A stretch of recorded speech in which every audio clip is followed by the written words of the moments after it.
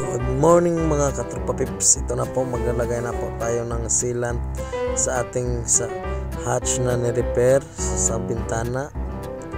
Ito po, ipiniprepare ko pa na po na yung gamit. Ang gamit po natin ito ay ang Bostik. Ito ang tinatawag naming sausage.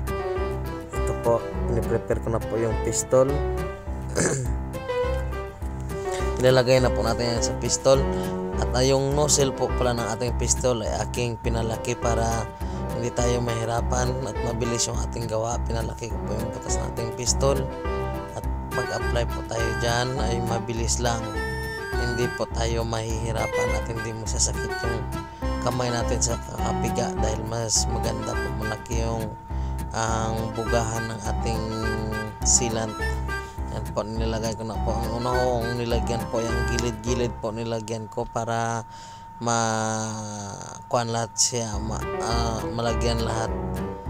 Yan, yung mga gilid-gilid po talaga unahin natin dyan. At pagkatapos po nyan, pag napuno na po yan, pupunuin talaga natin. Nilagyan natin yung kristal. Ito yung po yung fiberglass natin. Inaayos ko po yan na maging pantay siya. Kailangan po i-press ng matindi para yung sealant natin ay masiksik at didikit ng maayos. Kung sa company po ay pinapagawa po natin ito sa mga pabrika, may presser po na machine sila dito. Pero ako po nagawa tayo ng improvise. Ang ginawa ko po ay isang karton ng tubig nilagay ko dyan at saka 2 karton ng pintura para medyo may pabigat tayo. At ayan po ang magiging pressing, ang compress natin ba yung parang magpapabigat para madagdag talaga yung masiksik talaga yung ating sealant sa loob.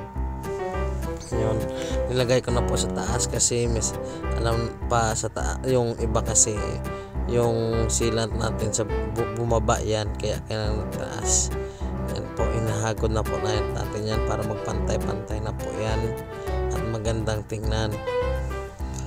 Dapat po yung paghagod natin ay dahan-dahan lang po at saka uniform po yan, pantay-pantay.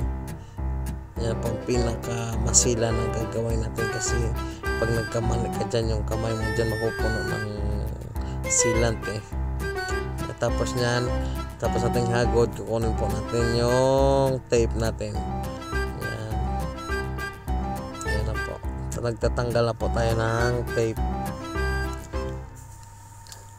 Kailangan po natin tanggalin yung tape kasi pag hindi natin yan tinanggal at natuyo, pangit yung kinalabasan at hindi natin matanggal-tanggal yung tape dyan dahil masasama po sa pagdikit. Kaya habang yung basic po talaga yan, pagkatapos mo mag-apply ng sealant, kunin mo agad yung tape para hindi ka mahirapan. Yan. Ito na po, pagkatapos po natin tanggalin yan, ito po ng kalabasan natin yan, tapos na po yan. Ganyan ang kabilis, basic na basic po yan. Okay, shout out po sa ating mga katropa pips dyan. Thank you sa papanood. Rock and roll to the world. See you for our next video. Ciao ciao.